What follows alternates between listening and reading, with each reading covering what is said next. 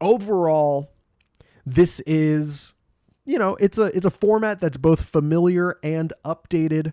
We have a 3-week open versus a 5-week open. I like that a lot. I actually think a shorter one's better. I think that's something that has been iterated upon and actually developed within the online qualifier space of all the other events that were taking place, like Wadapalooza with their online qualifier, or Granite Games, or Fittest Experience, or you name it. No one was doing 5-week long competitions. They were doing like 3-week or 2-week competitions with multiple events over each of those periods.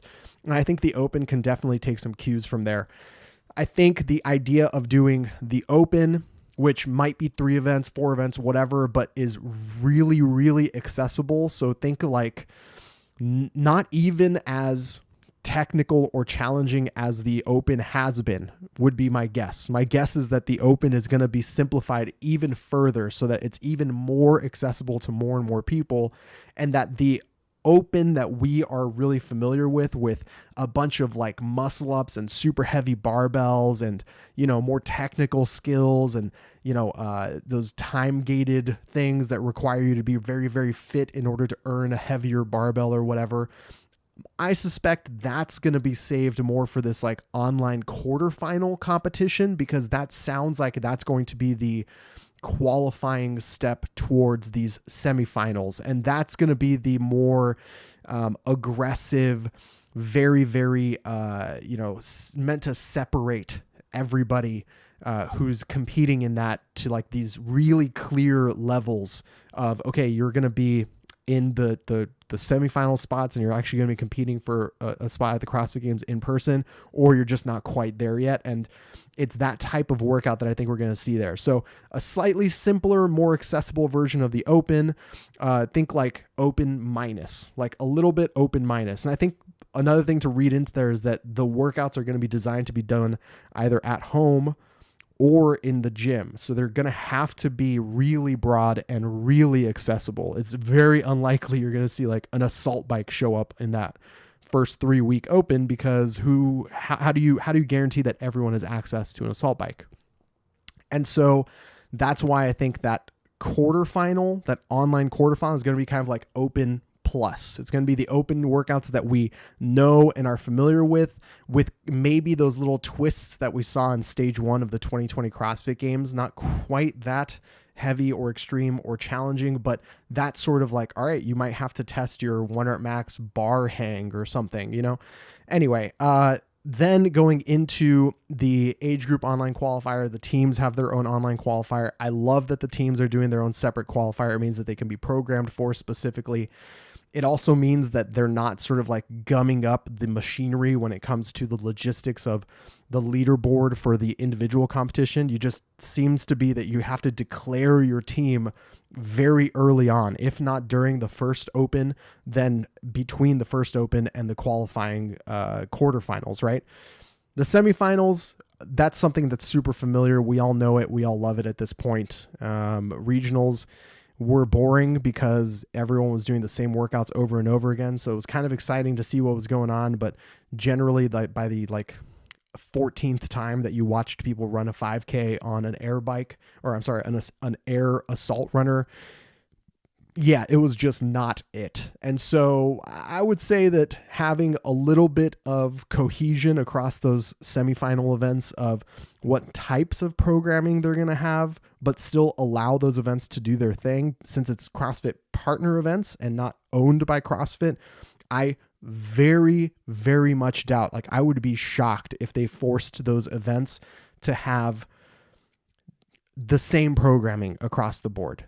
To me, that would be a huge logistical nightmare for CrossFit, because what if one of those events is, let's say, Granite Games, which makes their money by having hundreds of teams of 3, the community teams, compete. So how are you going to force them to program one specific division in one way and then everybody else is screwed or something? You know what I mean? It ends up asking a lot of both parties. And I think giving them a bunch of room to sort of work within certain boundaries and program within certain parameters is probably the best bet. And then returning to Madison for the finals, not really that big of a surprise. There had been the contract had been extended, I believe, through this coming year. I don't know what happens to the 2020 year. Do they just like count it as a wash or what? I have no idea. But either way, not super surprised. Madison is a great host for CrossFit. I think they really enjoy being out there. Another piece of information that's kind of lacking here, which I'm assuming we're going to learn sooner rather than later, is, you know, what happens to the prize money? The prize money has been provided by the Reebok contract up until this point. That's a lot of money. I mean, you're talking about millions of dollars just in prizes, cash.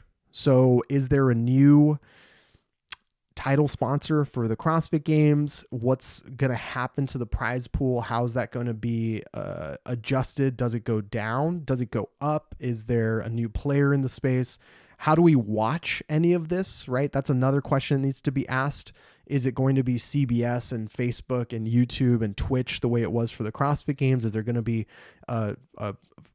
one broadcast team covering every one of those semifinal events? And since we're talking about 10 events spread over 4 weekends, it's going to be just like regionals, where there's going to be at least a couple weekends where multiple events are going on at the same time. So there are definitely some logistical questions that need to be answered specifically around our experience of the season. But overall, this is familiar yet updated. I think it's a cool version. I'm a little bit bummed about the national champions, although who knows, there might be a way that the national champions get recognized later on. Maybe they get thrown into an online competition themselves throughout the season in some way. I have no idea. Or they just get those little, like, you know, pieces of paper and certificates that say you're the fittest in, you know, Czechia or whatever. Either way, interesting update. Pretty exciting to get some news for the 2021 CrossFit Games season. If I missed anything or you think I'm completely off base here, let me know.